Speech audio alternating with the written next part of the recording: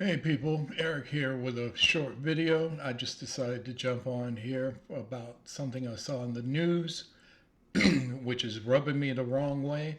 Um, just the sheer stupid thinking of our North Carolina government. Before I do that, I'm behind on my women's history moments. I apologize.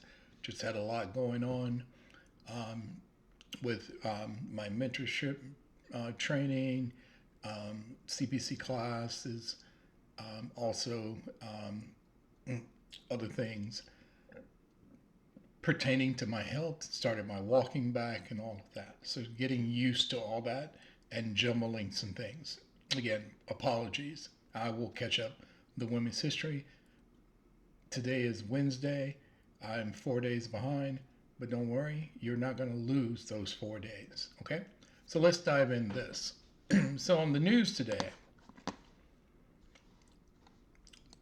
they were talking about North Carolina Senate Bill 50.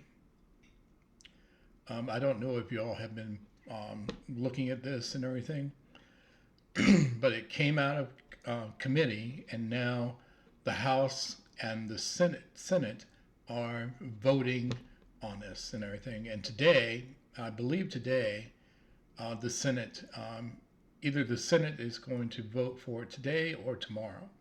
Anyway, here's what it says.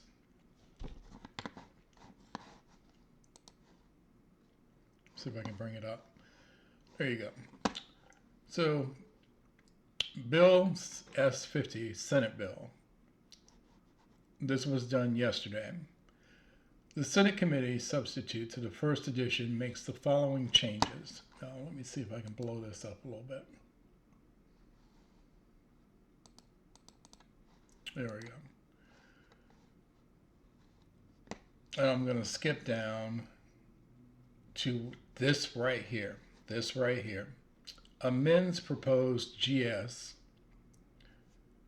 14-415.35 by no longer prohibiting a person who has been convicted of an impaired driving offense under these general statutes within 3 years prior to the date of which the person is carrying a gun from carrying a concealed weapon, makes conforming changes to general statute, this one.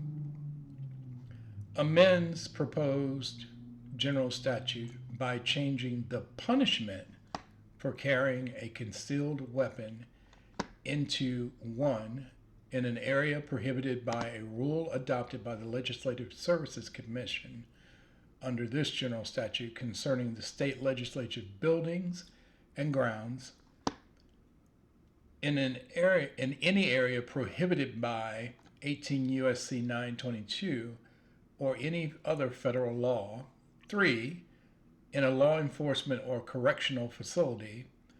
Or 4, on any private premises where notice is given by posting a conspicuous notice or statement by the person in legal possession or control of the premises that carrying a concealed handgun is prohibited from a Class 1 misdemeanor to an infraction and allows requiring the person to pay a fine of up to $500. So, anyway, let's continue.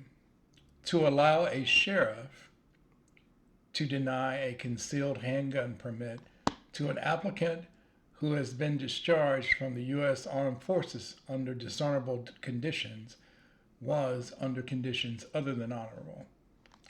So let's stop right here.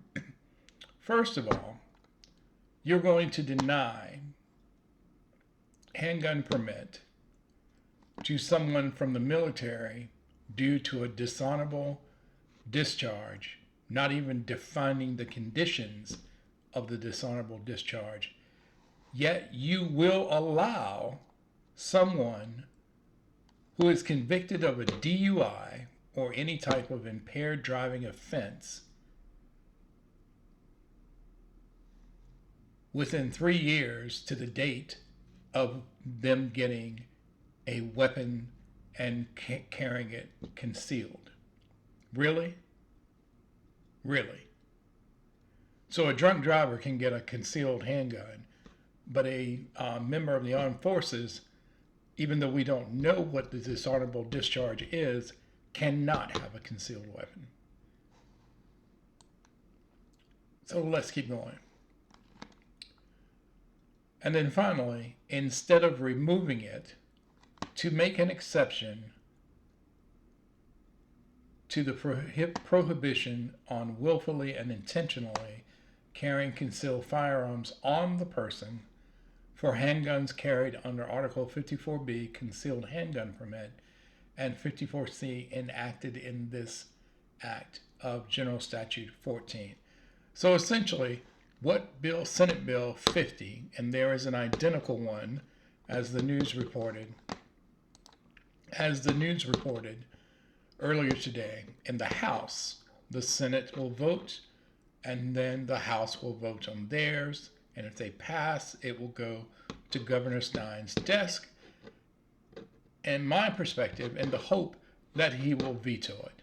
Because essentially what all this means is, for the most part, as long as you are 18 years and older, you will be able to carry a concealed weapon without a permit. That's what all of this means. And based on this information, it looks like the only person or the only group who will not be able to do this are some people who were dishonorably discharged from the military. And again, not knowing even what they were discharged for. But a drunk driver can get one. Now, I have an example of why this is a bad bill and why this is not good sense gun control. It is the antithesis of good gun control policy. So let me bring this up. If you watch the news, you may have seen this. There was a shooting, not the first time, but there was a shooting on a Cat's bus. And this was between two passengers. This time it had nothing to do with the driver. But remember what I just said, and I'm going to play this.